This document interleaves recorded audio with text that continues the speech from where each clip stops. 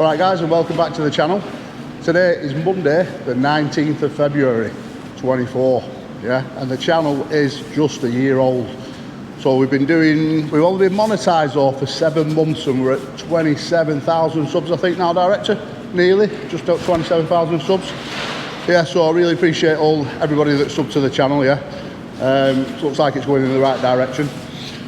So today, the boys are in, it's 6 o'clock, Monday morning. So Carl's going to do the push link today. Alright, now then I've decided we're going to cut the back end off. We'll cut that end off and re-weld it on 40mm, it's around 40mm back, Cal, same as these, yeah. And as you can see there, the reason why we're not using the old link arms is because of the crap. Okay. So if you look at the original bushes that came out of this end also, now then these are the right size, Cal. Everything's right at this end, yeah. You see that bush is shorter and needs its seals in there, yeah. But because we're dropping it down to a 70mm pin, little Arvin's made these, so they will be the same size as these bosses, yeah. And then the seals will go in there once it's pressed in. I'll press them in with you though, Cal. Alright, so just make sure all that's nice and square. Gouge all this, if you can call it welding, out, yeah, and re-weld it all. Preheat it all before you weld it. You know the score anyway, don't you? I don't need to tell you that. Luke, little boy, he's going to go around to Jackson's Leyland. He's going to take a couple of chutes down that need repairing. How much work do you think's involved in them? A few days, I would have thought. A few days work. Yeah. Right, sound. Paul, you're going to come with me. We're going to go to a crusher in Liverpool that's got a loose jaw. Now then, these are the wedges for the jaw. It's not only loose, it's worn, so we need to turn it, yeah? Tony's picked up on it. Do you know the nuts being loose? We've had a phone call over the weekend that the jaw's loose, and I've seen the video of it and it's about to pop out. So these videos that I am doing are working because this guy didn't know about these nuts, yeah? So he's watched one of the videos. In fact, I'll get him on camera today because there's been a few issues with him being on camera. So that's if he wants to be on camera or not. But I want to talk to him about the issues, yeah, because people have put things in the comments that he's done something wrong. Now then, he did nothing wrong, yeah. He's been running the crusher, and the tail drum bearing failed because it hadn't been getting greased. Now then, he hadn't been shown how to grease the conveyor, so that wasn't Tony's fault. Yeah, that leads down to us boys to show him. Right, so that's one thing I want to get across to people, because he got a bit of stick in the comments, which isn't fair on him when he hasn't been shown. Now then, the J45 has come back in that we looked at last week with the chute. Right, so I'm going to get Jay, who's just going to get his wets on now. He's going to go and wash that off, get the machine over, and we'll do an inspection of that when we get back later on today, me and Dee. All right, lad. So yeah, Cal, you good with that? Now then, I have bought this little laser here. If you look there, director, can you see? Now then, that was in the comments last week. Why don't you get a laser to point at stuff when you're talking about machines on site? Good idea, whoever mentioned that in the comments. So it's a laser, a light, and all kinds of other stuff, and works on a USB. So the director got that over the weekend. So right, we're all good. Paul, me, you're going to go on Newton Road. Got the wedges. Barrel. You're all right. Yeah. Jay's all right. You're all right. Let's go.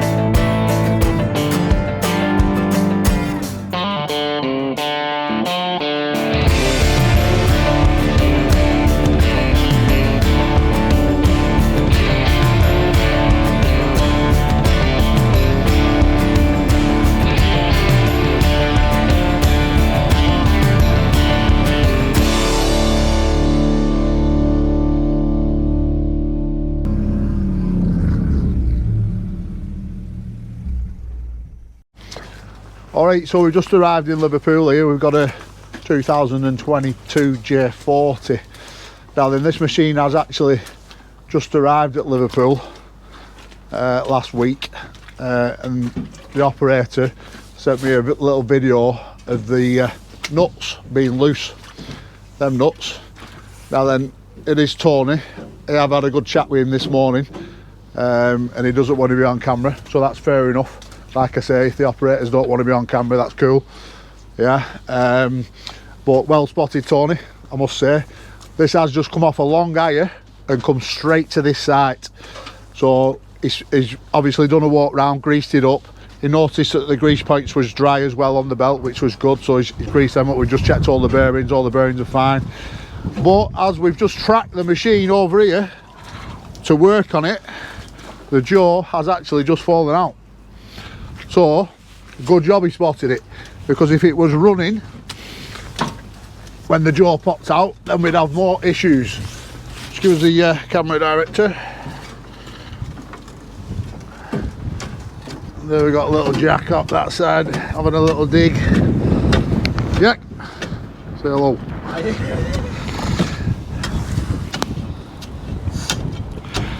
There we go. For a big job, Mr. WELDERFABBER. It's not a big job. We do this day in, day out.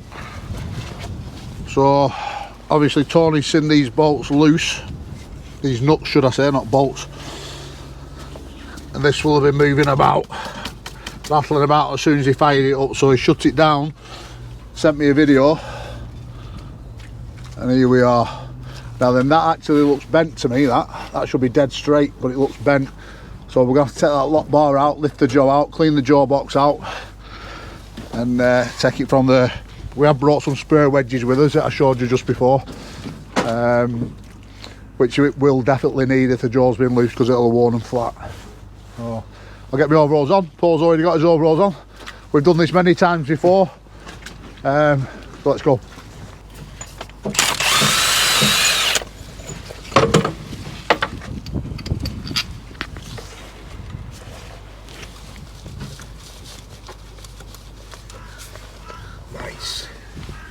That side clean, Jack?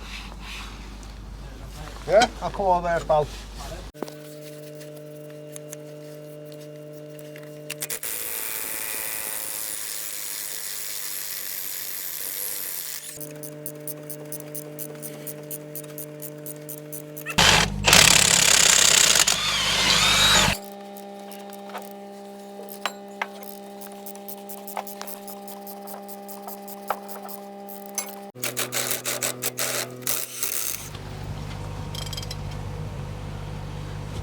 Is it all not turning? Just trying to free the nut up a bit to get some oil on it.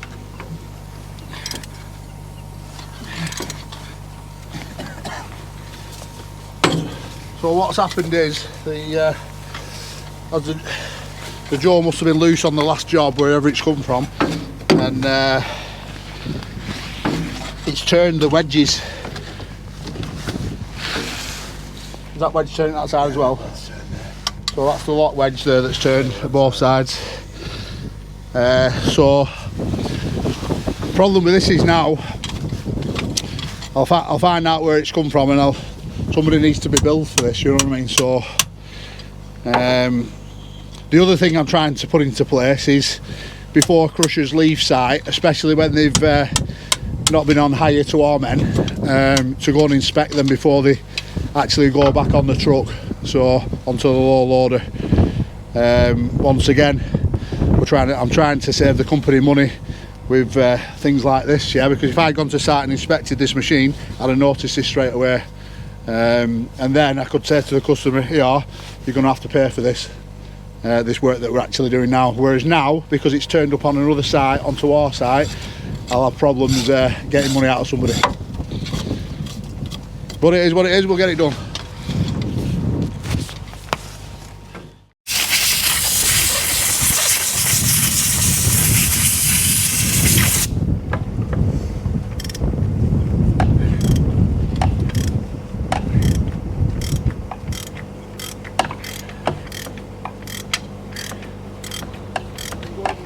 on or off.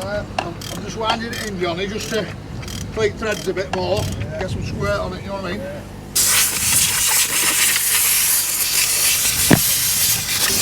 Got her line at all. I'm alright, I'll take it.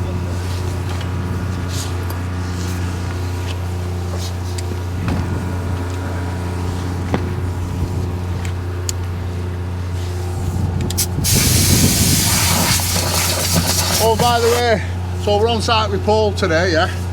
If you hear me calling him Johnny, yeah, I call everyone Johnny and I call everyone son.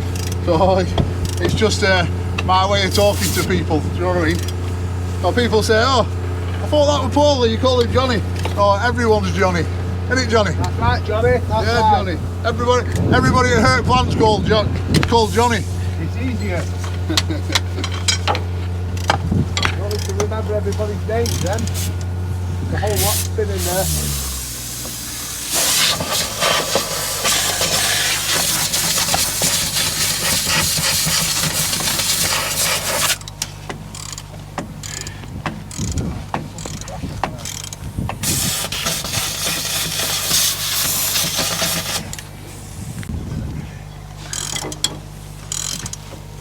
Are all nuts off on the side? Yeah.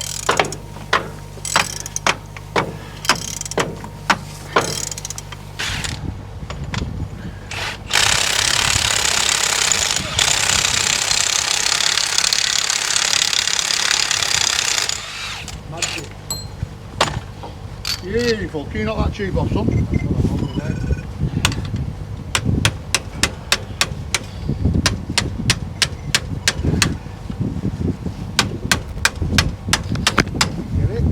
Not get it through. Yeah. At least if you cut one, you've got Yeah. a chance of turning the bar one side, you just send one through. Is that track completely blocked, isn't it? Right, so what's happening here is we're struggling getting the wedges out and getting the lock bar out, so we're just going to cut that wedge in half. Paul's already cut through the other side. We're going to just use the 4.5 inch grinder and cut through that to get that wedge off so we can get that bar out a lot easier, and then we'll have to clean the track out and hopefully the track's not damaged. If the track's damaged, then that causes a whole new lot of problems really. And then we've got all the jaw box to clean out. I'm going to weld the bracket onto the top of the jaw, lift the jaw out, get that on the floor, give that a good clean. And it's basically just getting everything clean before you put the jaw back in, because you only need a little bit of muck to be behind that jaw for it to come loose again in no time.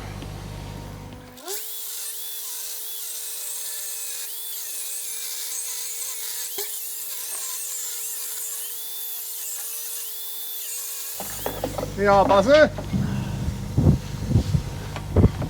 Oh, let me have a look at that.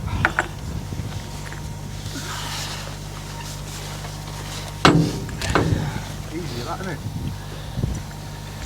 Right, so you can see that should be flush at the top.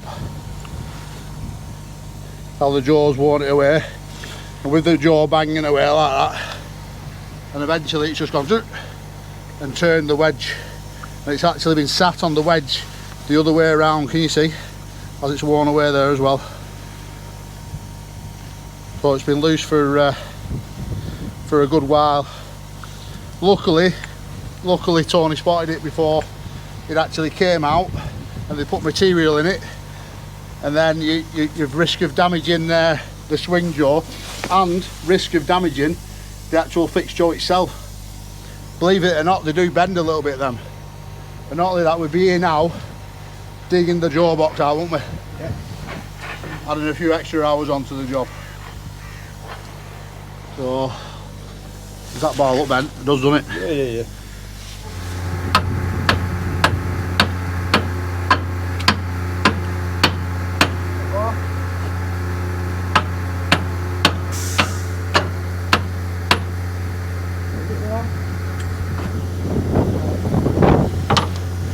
Punch on it, I don't want to damage any thread. What do you want, a punch? Yeah, I don't want to damage any thread. So to get you a punch? I've got one in.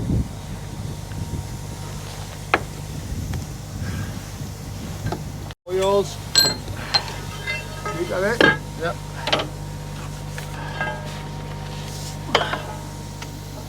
Yeah, that's well bent that. There's the other one. That gives no issues.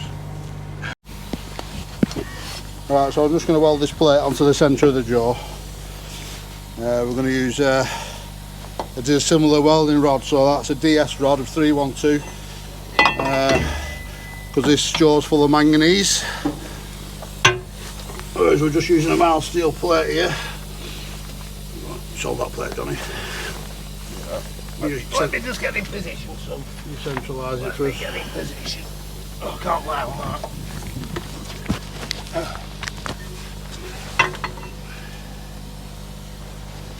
Happy there? Let's get the tack A bit on more it up first. front. That there, innit? Yeah. Eyes. Red.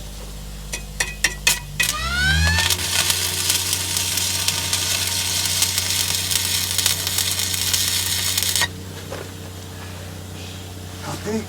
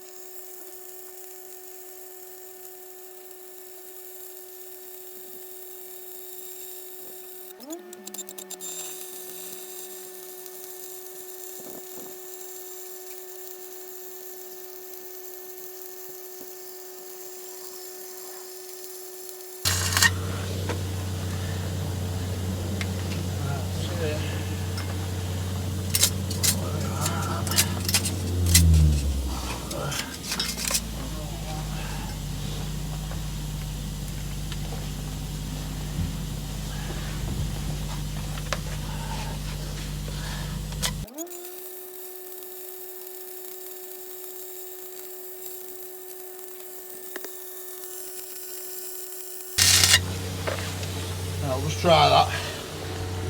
Get some chains on it, and one thing you've got to be careful of, if it's hooked up underneath at the bottom there, we need to try and release it so it unhooks itself and then lifts out freely. Otherwise it'll just rip this plate clean off.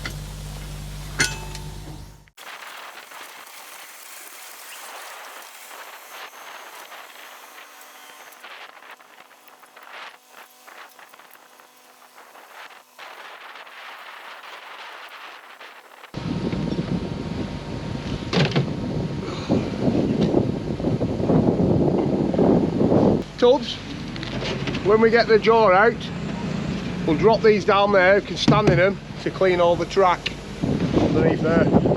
Dead simple, works perfect. Middle go.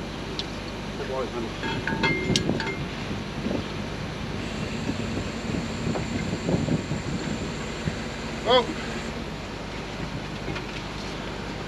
back a bit.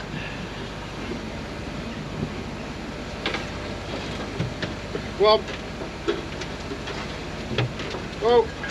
Whoa. Give it a little bit of a rock, yeah? See what's happening here is it's staying hooked up under the right hand side here, your right hand side there. Just trying to free it up a touch. So I'll put this drum behind here to hope it, trying to push it away from the frame itself. Up a bit, Jack.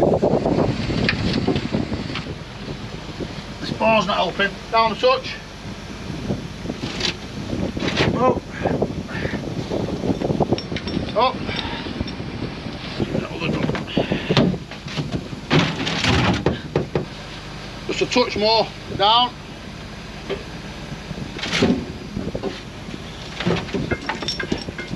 Up. Up. I'll tell you what, Paul. To do to fully open the jaw. To do to fully open the jaw. So there's this bar here that's stuck in that's not helping for starters. But we're going to fully open the swing jaw now. And is it moving? Just to give us that little bit more movement. So this jaw come back. It is actually slowly coming back there now, that's good. That'll come free in a second.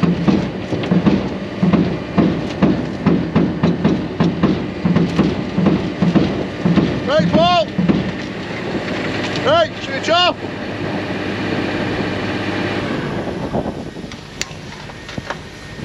Right, when we get this up, Jack, I want it up inside the feeder, and then I want you to take it over the back of the machine to keep it away from us all, yeah? Up. Curl your hitch a little bit. Up, yeah. That's it. Up.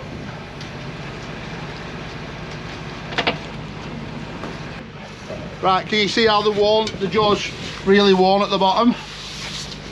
So I wouldn't be surprised, you know, if this is its first turn, because it's a fairly new machine, so this might be actually its first turn. I'll have to check the hours on it.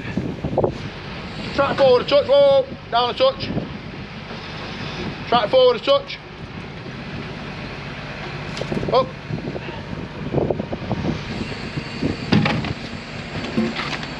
Slew to the right a bit. Up.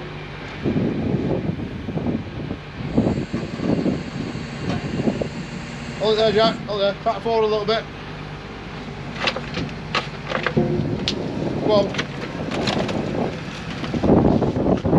Right, up a touch. Track back. Track back. I just want it over the feeder. Track back.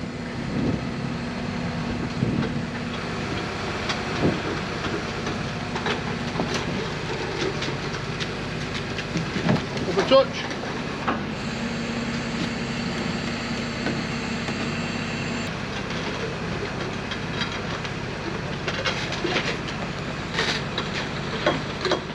Right, so we need to clean all that back plate off completely clean, so we'll basically get all the muck off, soft pad it so there's nothing on it at all. I'm more concerned about this track that the lock bar sits in. You can see how it's completely full of muck, so that just shows how long it's been loose, really, that. I'd say it's its first turn, this, Paul, would you?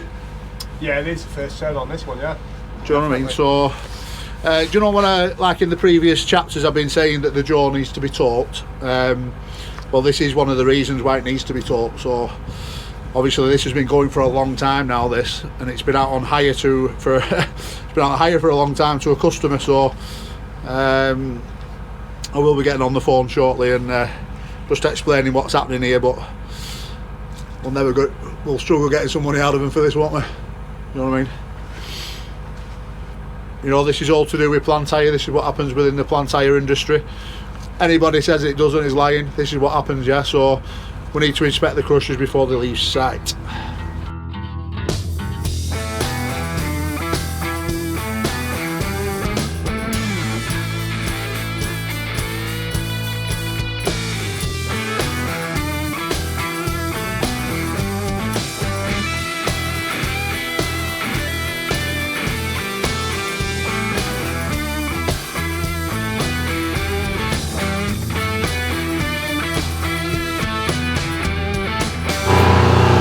Okay, so as we've got the lock bar out here, as you can see it's got that bad bend in it there.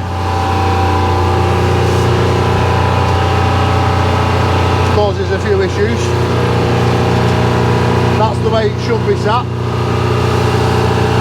So it's been sat on muck underneath, can you see? They're bouncing about like that. Bouncing about, and turn like that. Bang! Joe's gone back and bent it. So I'm just going to clean it up best we can now, and then we'll try and get some heat on here and just get it as straight as possible. Really, we should replace this bar, but the machine's down, so we'll get it going today.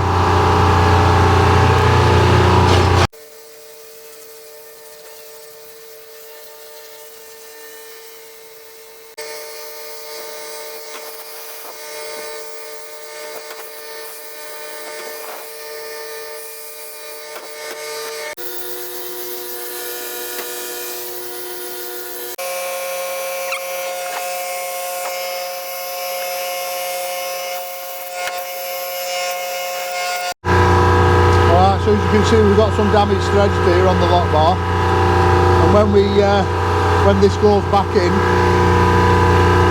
the nuts will need to go past that position there, where it's locking up there now. You've got your wedge here, you've got your tube that goes onto it. Oh, I say that, might not be far off. The tube's about that long. And then your nuts will wind on. Yeah, it might not be too bad. I just want to try and clean them threads up. Now, one way to clean them up is with a hacksaw blade. Trying to get as much out of them as possible.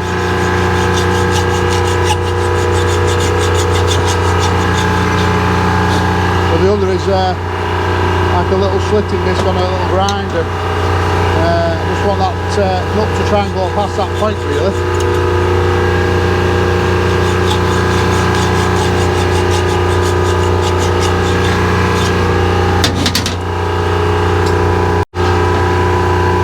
I could also put some washers behind the tube, you know what I mean?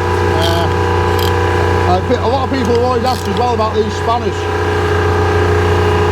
That's the make of them, gear wrench, 46mm ratchet spanner. See it in the comments quite often.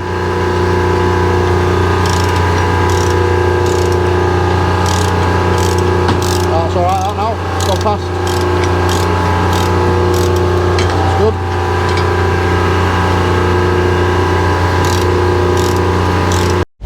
Right, so now we've got the threads free at both sides. I'm going to try and straighten the actual bar itself. So as you can see there how far out it is. I'll turn it over, we'll get some heat on this point here and slowly bring it back.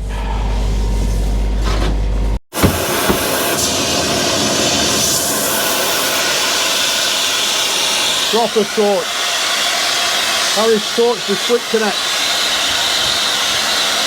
So what we're going to do now, we're going to heat it. The gas on there, Johnny. Go off then. Yeah. We're going to heat it in the kink point, which is in two positions. It needs a little bit there and it needs a little bit there. We'll get with another on it. We'll get it nice and straight both ways.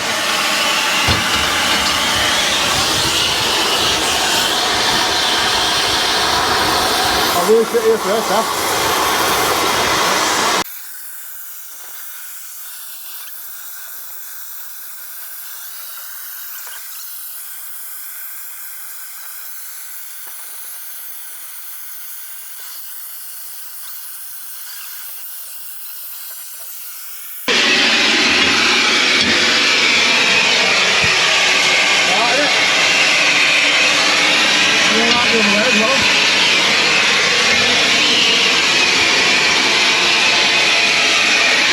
See that now, Richard?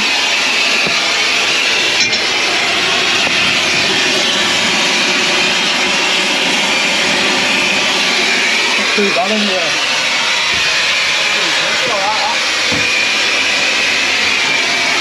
Push it round, Paul.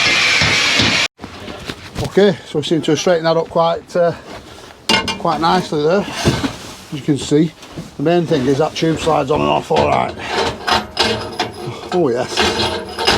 Right, so we've got that side.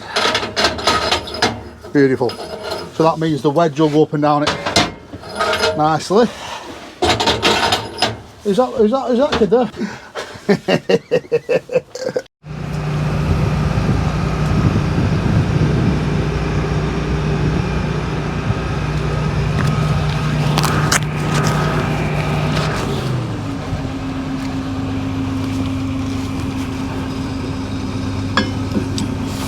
Alright, so we just want to clean these slots out here where the hook's going. Come on there, Jack lad.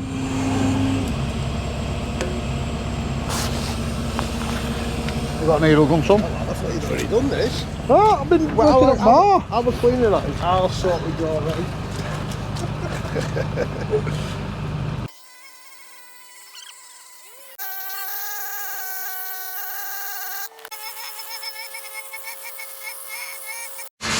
Put your hooks down here, Jack. I'll just put a bigger set of chains on because them smaller chains won't fit in the hooks.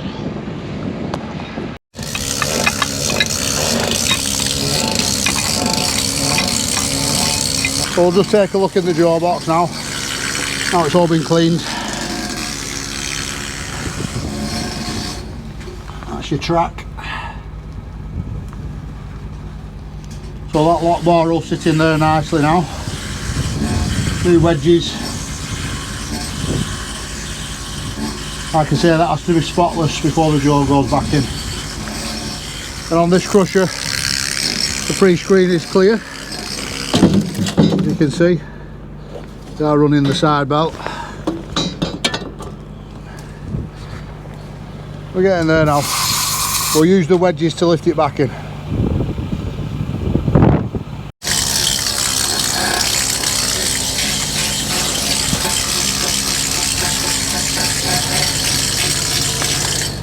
It's clear, isn't it?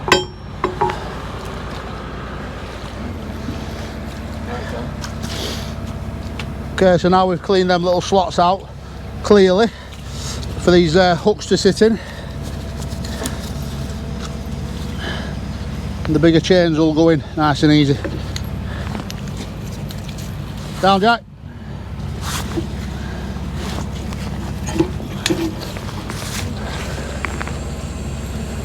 Give it pull that way a bit.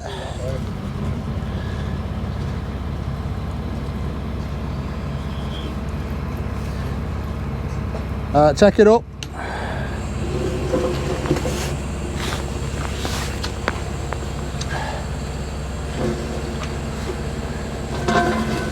Come back with it now.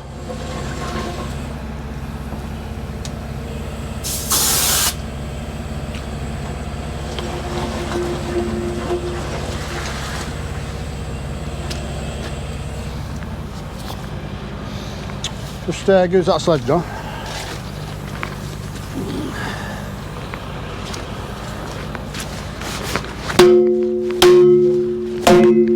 Just make sure they're hooked in properly.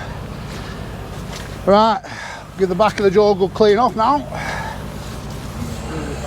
And we're going to need, when we're going in with it, we don't want to be fighting against the chains. It's not too bad like that, is it? If it goes in at that position. You know, you see how it's trying to turn back on us now. You want to try and avoid that as much as possible. So really we could do with like a hook with a swivel on it. You know what I mean? But it'll be right, this. Right. That's up. Okay, so this is your lock bar. That's your locking wedge that locks up against the jaw. Alright, that slides onto your bar like that. And what happens is you put this tube on. Like that. And as you tighten the nuts up, it lifts this up. Like that. And these lock against the jaw itself, as you'll see shortly. Alright, so it'll start in that position. And then you've got about 10-15mm gap to get your jaw in, right? And then as you start to push that, can you see how it's tapered? And the track's tapered within the machine. You push that in and it lifts it up at that, and locks the jaw in. So the jaw is only sat on these, on that one and the one at the other side. So that's how it locks. So now we're ready for putting the jaw back in.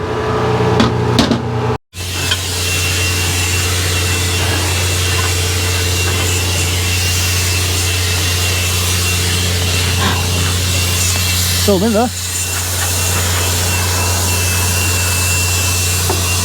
So as that lock bar goes in, you see how it's sat in a track. I'm not sure if you can see clearly there on the camera. And then your wedge will go on top and it lifts it up. Easy, straightforward process.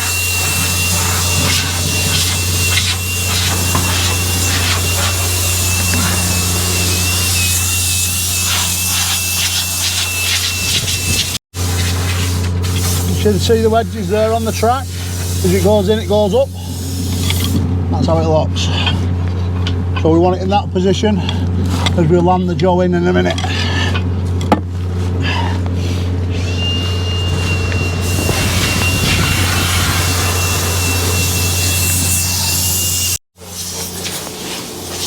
Okay, so now we've got the lock bar in position and the wedges in position at each side. The lock bar needs to be central. So can you see that square there and that square there? So basically that's in the middle of the jaw box now, it's in the centre. So there's the same amount of thread sticking out of both sides of the machine.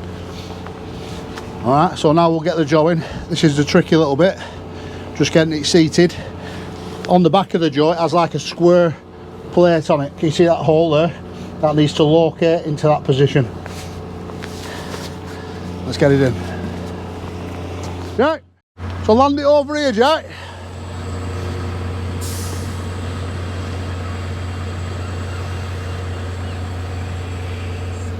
Really, we should have another shackle on it to turn it. Let's just see how it turns.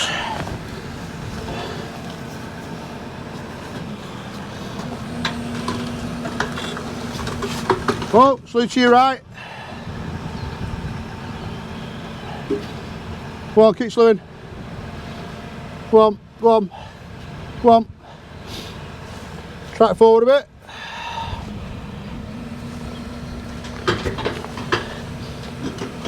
Whoa. Right, Jack, down at that. Go down on your boom. Right, hold it there. Down on your dipper. Whoa. Right, now I need you to go down on both at the same time, very slowly, yeah? Down on your dipper. So we're trying to keep it in the centre of the jaw box. Down on the dipper, a little bit more. Whoa, down on both.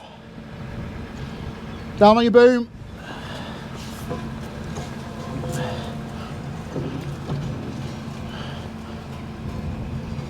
Good, good. Go on, Jack, keep going, lad.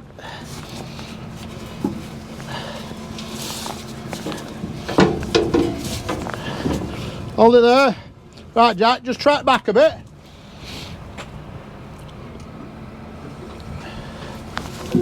Go on. Go on.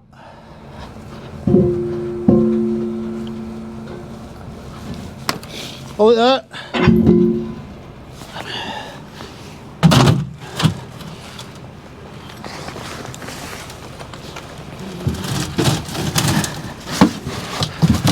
Okay, so what I'm doing here, I'm just putting some weight against the jaw, and as we lift it up now, try and lock it into position. Right, up a little bit on your main boom. That's it, there. Right, track back a touch.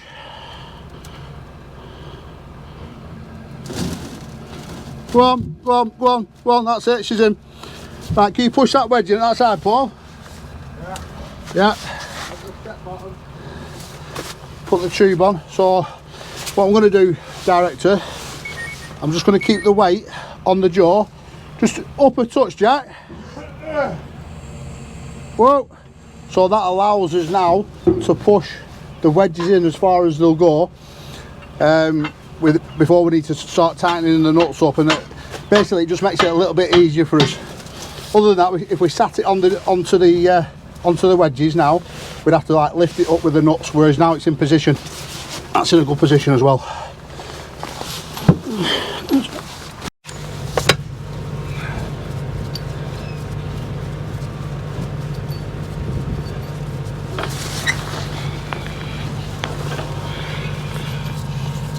How much tube you got sticking out, Paul? What? Yeah.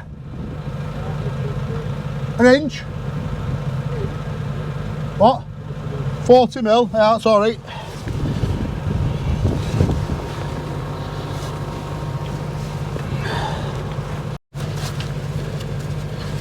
So what we'll do now, we'll just set these nuts up, then we'll get a spanner on my back one before we tighten everything up.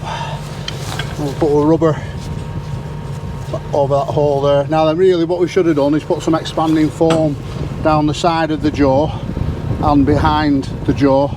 We ain't got any on the band, so it'll be right. As you can see, we just dug it out anyway like that, so it'll be probably like that next time we come to it. Right, so me and Paul have got the same amount of tube coming out the side of the machine and the same amount of thread coming out the side, so we know that we're central. Yeah, so all we need to do now is just nip this nut up, just take a little bit of weight, put a little bit of weight onto that wedge, and then we can take the chains off.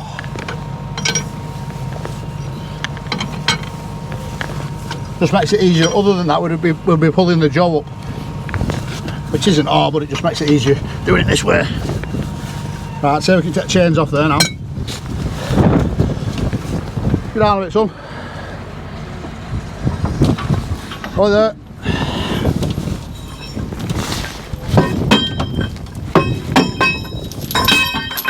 Up. You can see there from that video just how much of the ball, how much it's hanging out on the side of the Yeah, when it was over here. pretty much out. That little video, yeah. Pretty much out. In fact, I'll show you direct. I'll send you the video that we got sent on Friday when the machine landed to site where the jaw position was. It was actually out here. So I told them not to use the machine, yeah. Good job they didn't. So within transport, and with it tracking up and down site, it's made it come out, hasn't it? Do you know what I mean? Right, so we'll nip them up, Johnny, yeah? Yep. Nip them up and that's it, job done. We'll run some material through it and then we'll re-torque the jaw.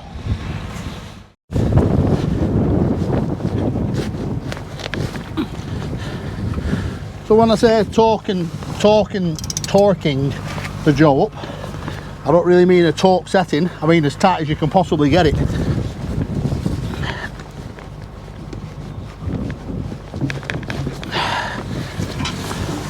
I'm going to make a long socket. We'll make a long socket for this, as Paul's just suggested. We should have. Same as messing about with spanners. Huh? Anybody wants to make one, get it to make two. Make two. Anybody wants to make 3/4. Yeah, what we'll do, we'll put this in position in a minute. We'll run some material through it and then we'll tighten this again, yeah?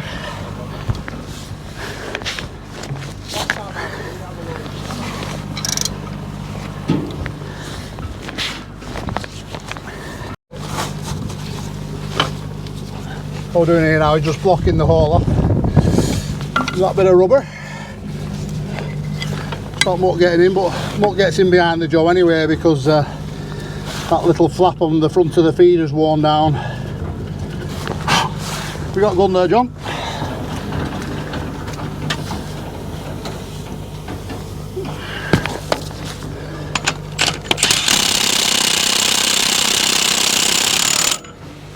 So we'll run that now, we'll put tools away and run the machine.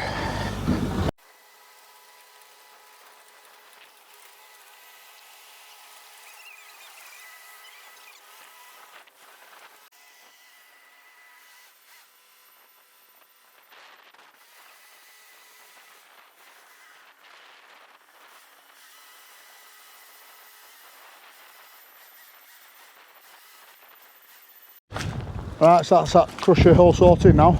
We've only put a small amount of material through the jaw because that's not the material that should be running through it.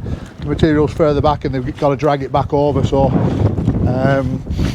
yeah, that's that job done. I've re-torqued the jaw there now, or should I say, got it as tight as I could possibly get it. But it's a case of cleaning all the tools, on to the next job.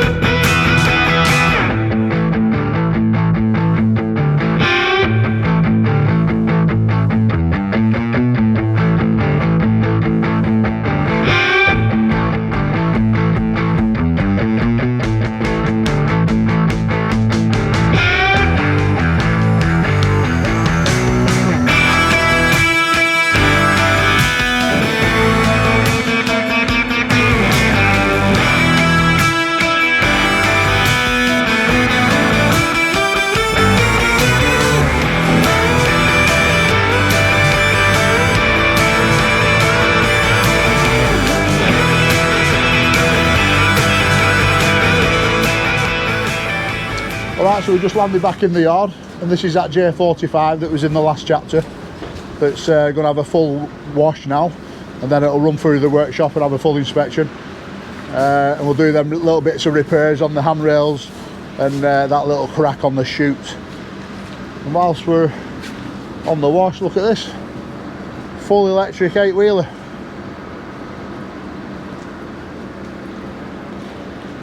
Proper thing.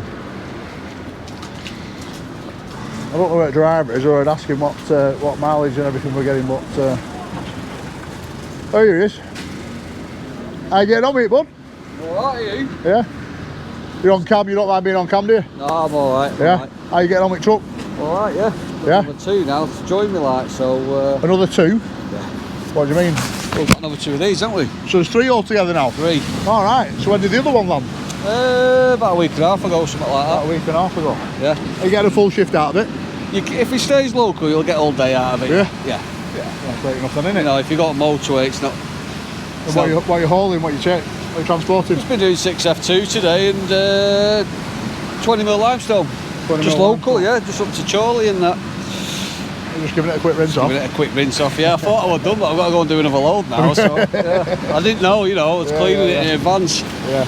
But it's nice to drive. Yeah, they're Feel nice. like they've got plenty of power? They have got power, yeah, they have got power, but it's just like the automatic truck, isn't it? You haven't got a clutch. Yeah.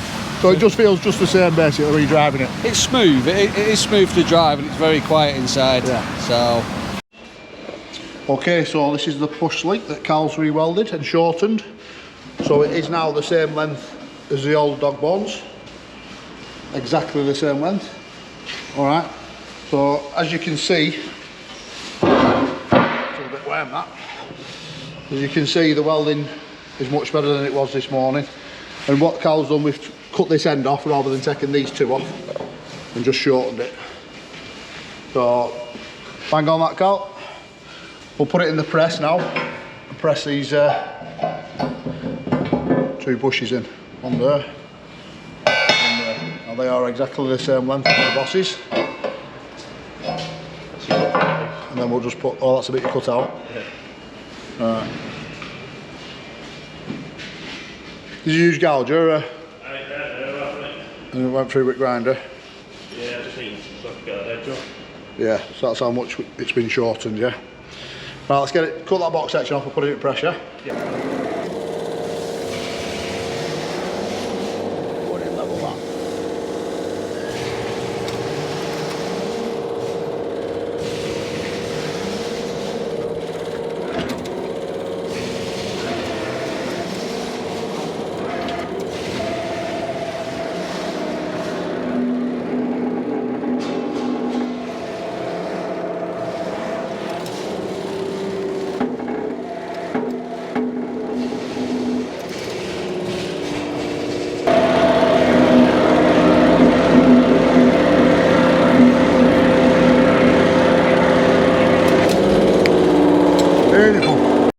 Right, so this is our little spray booth now. Chris, our painter, will paint it tomorrow, and he'll mask these bushes up, and then we'll put the seals in, and then we'll fit it to the machine tomorrow. Right, let's have a look at that little Libra 716 that Luke won with last week. Okay, so this is the blade mod that we've done. We talked about in the last chapter. As you can see, with a piece of edge on the side of the blade, and the piece of plate on the corner of the blade. Now then, the edge, the new edge has just turned up, the turnable edge here, with the new corner shoes. So I'll get one of the lads to bang that on. So that's what we do, really, if we just want to do a quick job on a blade. Other than that, it's the full it. But that'll be right for a good few, probably another 2,000 hours, I'd say. Like that, Richard. Okay, so I'm just on the DJI today. We'll just take a look what's going on in the workshop before I go out. We've got a couple of buckets running through that need edges welding onto the teeth. So this is the old edge off that Libra door from round the corner that we use. We've got some little chutes running through the workshop off the wash plant round at Jackson's Leyland there. And then as you can see, they've completely worn away this section all the way down there. And all these ribs have worn down there, should be about 60 mil. So we'll have to build all them up, and then we're going to have to put a new piece of rubber all around with inside the chute itself. You see this rubber here. So I'm actually going to go and pick some rubber up from Bake Up. This is another one that Luke's just stripping down.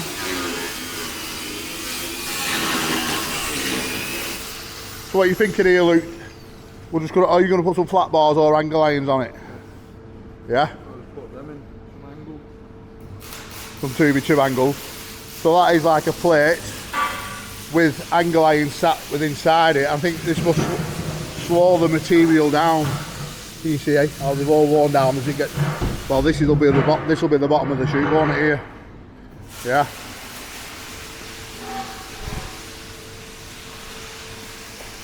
Callum's just doing another edge here, as you see. We've got about 5 of these to do. There's 5 of these to do, Cal, yeah? So can you see how we use old edges to make them into no-teeth buckets, basically. They're for an 8-ton Lugong. Keep saying Louis Gong, but it's Lugong. Yeah?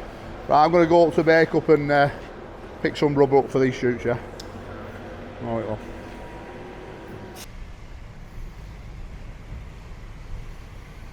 So I've just put the trailer onto the Defender, and I'm going to head up to Bake Up Quarry. Now then, do you remember that little 750 we did about 2 chapters ago, where it had the rip in the belt?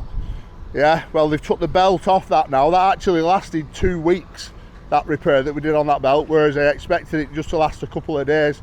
So quite surprisingly, it lasted 2 weeks.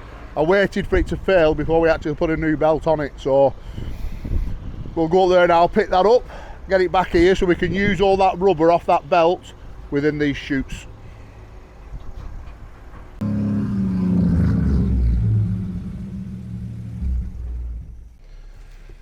Alright, so I've just landed at Bake Up now, and look what's just passing me here now. Right, see that roll on, roll off skip there? That's the one that we made fit that truck the other week in the workshop, yeah? So I thought I'll just touch base with you now on how busy this company is. I don't know how busy you guys are or other guys within the plant hire industry, I have no idea, but we are really busy. I mean, that's a hook wagon on a muck shift, right, which is what we never ever do, right? We never really do that. We usually keep them on the council jobs, but because we're that busy on the tippers, we're putting hook wagons with skips on like that, just doing muck shifting.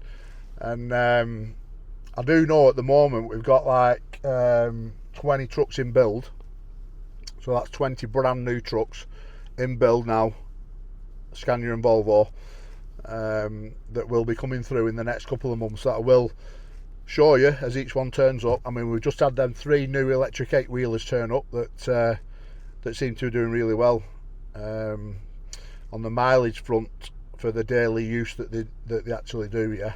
Now then, sending them long distance is a no-no, do you know, but keeping them local is a good thing for us. Now then, we're about to get that electric unit turn up in the next month that we want to build the trailer body for, yeah, the Arctic.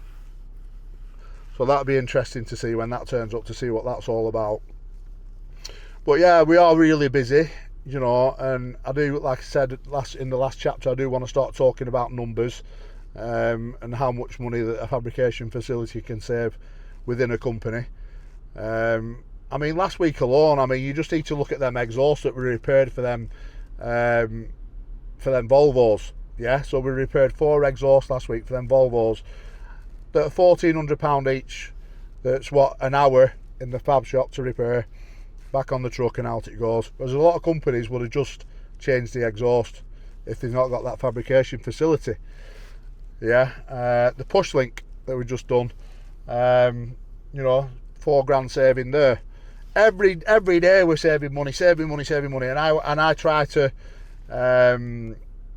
calculating my own head and writing my diary how much money we actually save, so I can put it to Foxy, like, you know, this is what's how much money we've saved this month, basically. So yeah, anyway, I'm at Bake Up now. Let's have a little drive down the quarry and find this belt.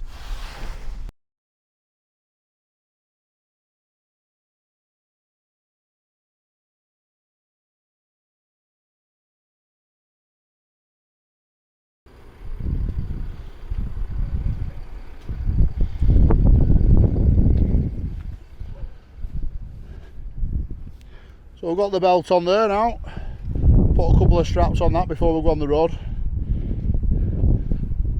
I'll just let the machine load me, as I didn't want to get the boots dirty, you know what I'm saying? So yeah, whenever you do take a belt off a machine, never ever throw it away, because that will always come in handy for something. Do you know what I mean? If it's not skirting, it's patching up stuff, or you could actually use it as a smaller belt on a different machine. Always handy to keep old belts, yeah? Anyway, we'll get this strapped up, back to the workshop and get it washed off. Alright, so on my way back from workshop, I'm just going to call in at UK Sling and Tackle, which is my little another one of my little pals, Irfan. There he is, the mon. Alright, bud, yeah. So I've just come for a couple of swivel hooks and a tow strap. Yeah, now then, 56-ton tow strap, that one. This guy, like, I like to show me good suppliers, don't I, yeah? So this is my main supplier of all my lifting tackle and towing stuff. So if anybody is looking for any lifting equipment, lifting, repairs, sales and testing. Repair, sales and testing, yeah. So he does all our testing on all our chains. Give them a try, because they're the cheapest around by far, believe me. Yeah? They certainly are. That's a good little plug for you, that, son, isn't it?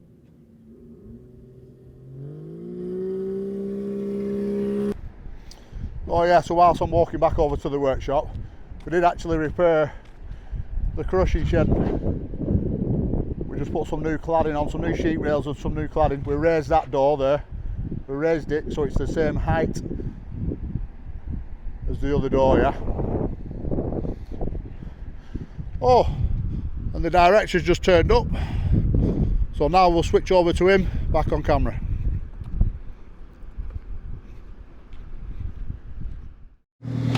Alright, so now we've got the director back on the camera, yeah? And I've just brought him round to the plant yard because I want to show you this attachment that I've been talking about. Now here we've got it here on the end of a little 13-tonner blue gong. So this is a shoe lift made by Dig. Oh, just lift it up some.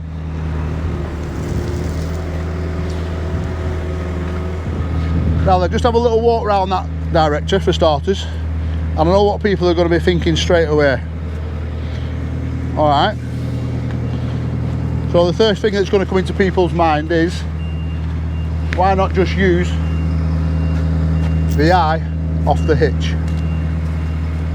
Yeah? Well, this is specifically designed for lifting only, for starters. Oh, just curl your hitch. That's it. So now if you look from the cab to your actual hook, you've got a clear line of sight for starters.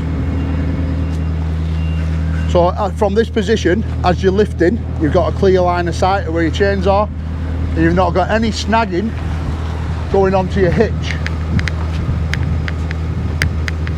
Just want to spin that all.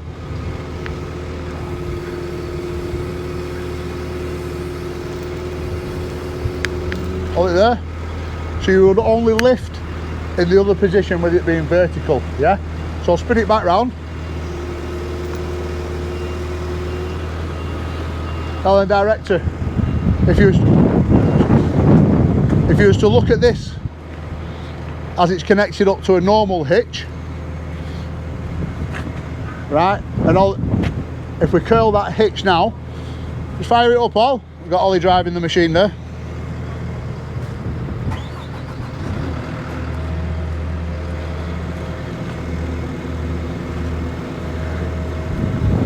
I'll curl your hitch, Ol.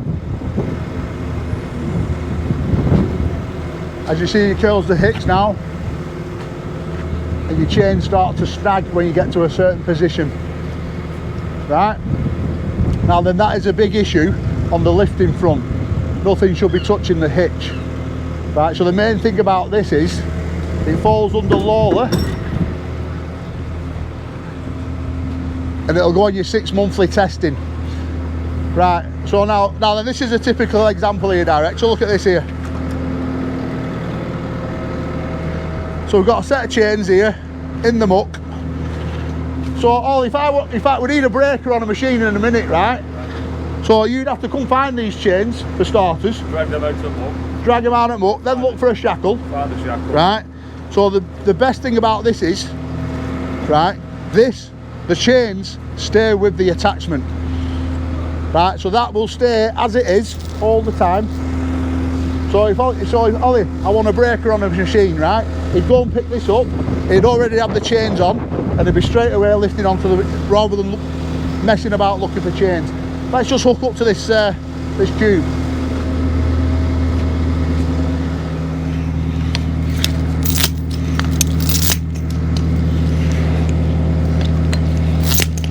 In fact, all you can track this tube back over there and put that breaker on truck, yeah?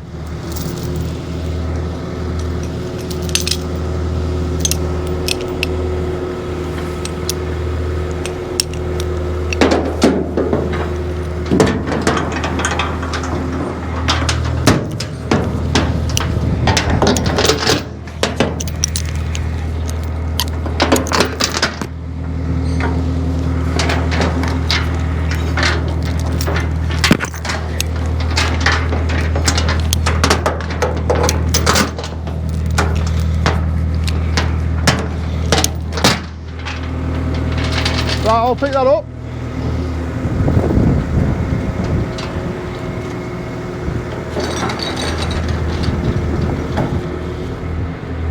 So if you was to have one of these, I'd recommend having it with the swivel hook on at all times.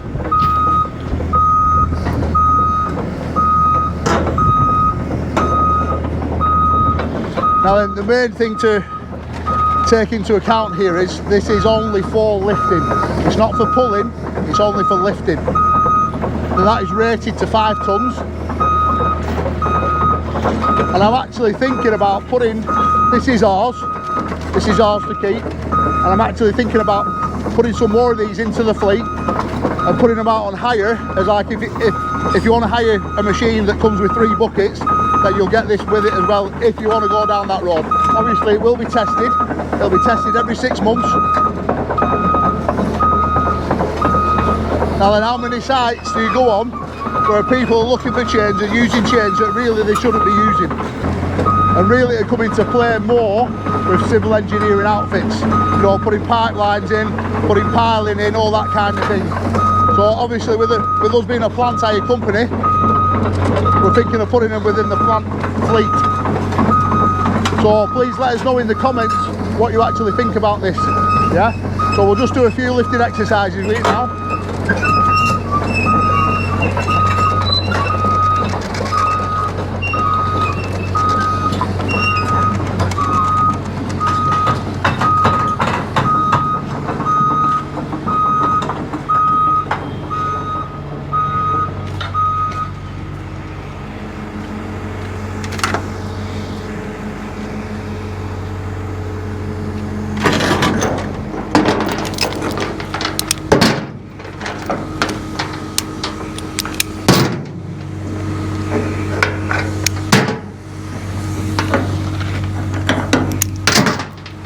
Alright, also we need that rammer breaker out, yeah?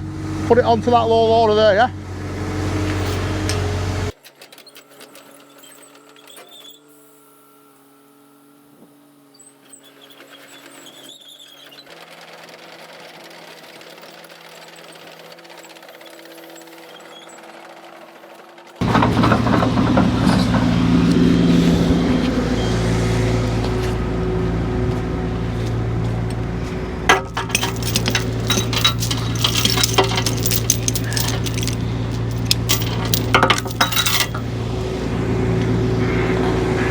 So as you can see, if that attachment was actually on the floor, sat there with all these others, right, it could just come along with the machine, hook up to the attachment, and then hook up to whatever needs putting onto the low loader, yeah?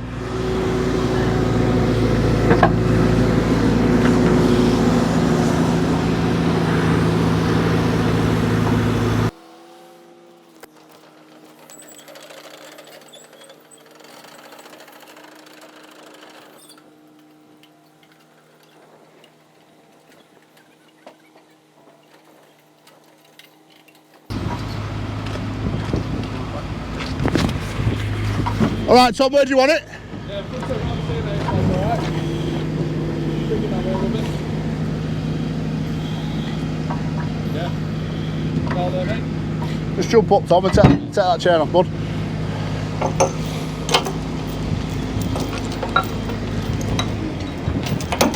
Right, all what I want you to do is just put that attachment on the floor over there now.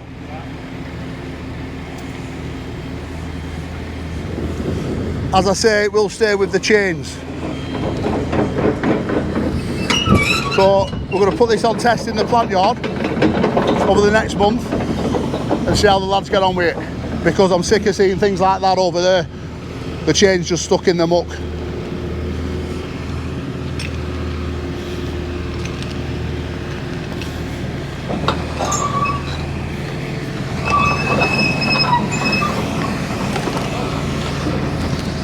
Also, if you've been keeping up to date with the Chronicles, yeah, you'll have noticed that this would have been super handy on some of the jobs lately.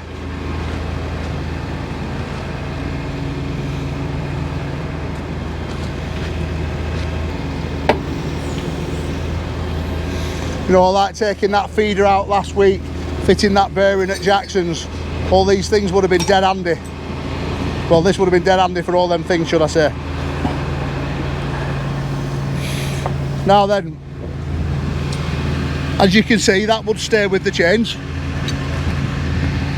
Yeah, now then they do this. This is on 65mm pins for the 13 tonner. They do it on 20mm pins, 80mm pins for the 20 tonner, and they do it on 60mm pins for the tilts. Now then, just think about that on a tilt. Yeah, that could be very handy on a tilt rotate. Right, the best thing I like about it is you've got direct sight of where your eye is from the cab. Yeah, your chains aren't snagging on your hitch, and it's tested. Just think about how many lifting eyes on them quick hitches have been battered to death on site. You know, you don't know what damage has been done to them. They could have cracks in them or anything. They're pulling machines out with them left, right and centre. You know, you just don't know what damage has been done to the eye on the hitch, whereas this, it's tested every 6 months. And you'll probably be seeing it in future Chronicles, because that will be definitely handy for me, especially if we've got a 13-ton machine on site where we're doing lifting, yeah? So, especially with the little rotate hook there. Oh, what's your thoughts on that as a machine operator? It helps you out a lot because you're not looking for your shackle. Then your shackle doesn't work. Then your chains are in the muck. And you can just pick that up, get you what you need. It's on the wagon, it's done. Right, so that there is a machine operator telling us straight away you're not looking for chains. Yeah. Do you know what I mean? Chains are snapped to cords. Especially in a plant yard like this. It's a dirty job. It's the same as on site. They're left in muck and then you can't find them or they're broken. Yeah. I mean, that is the beauty of that, I think. You know, it's there, sat there, ready for you. You know, I mean, if you could weld that shackle, it'd be even better, but you can't, can you? So, well, all you need to do now is come up, hook up to that, and then pick any one of these breakers up or any attachment to load onto a truck, yeah?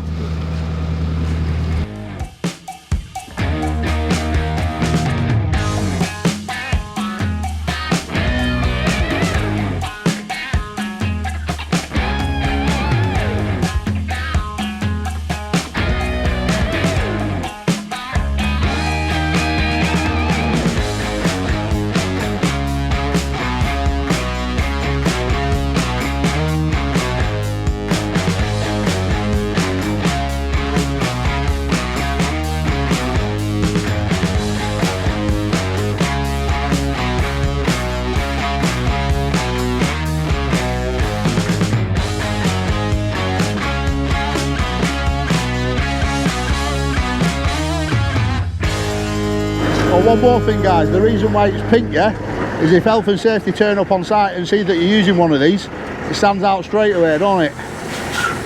So I don't know if I mentioned earlier, Director, but it is patented in the UK, this, so not anybody can just go and build one of these, as it does say there. So there. Anyway, enough for Dig today. Let's go and have a look at the push link on the ZX160 in the paint shop. Okay, so that's the push link painted now. We'll just let that dry and we'll put that back on the 160 tomorrow.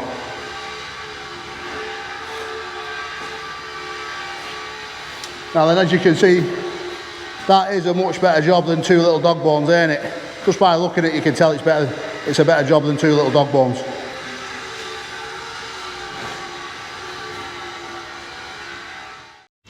Okay, so we've got the push link back on the little 160.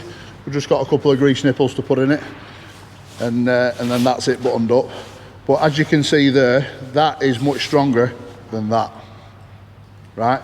So why they come with dog bones on in the first place, I'm not really sure. Two little dog bones and a little piece of tube down there, compared to a push link like that on most excavators, yeah? Now then, when you get a failure like this, you could put it down to negligence or operator abuse, yeah? One time.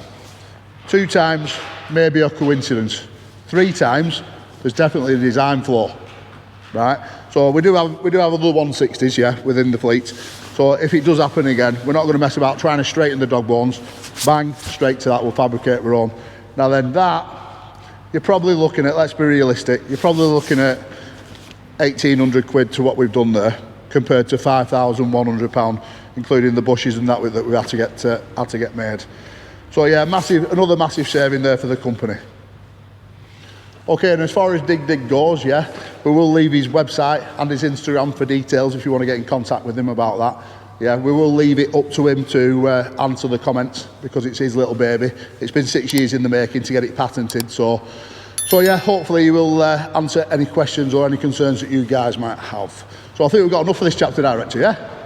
Yeah, so we'll leave it there, and I think it might be a bit of a long chapter, this one, to be fair.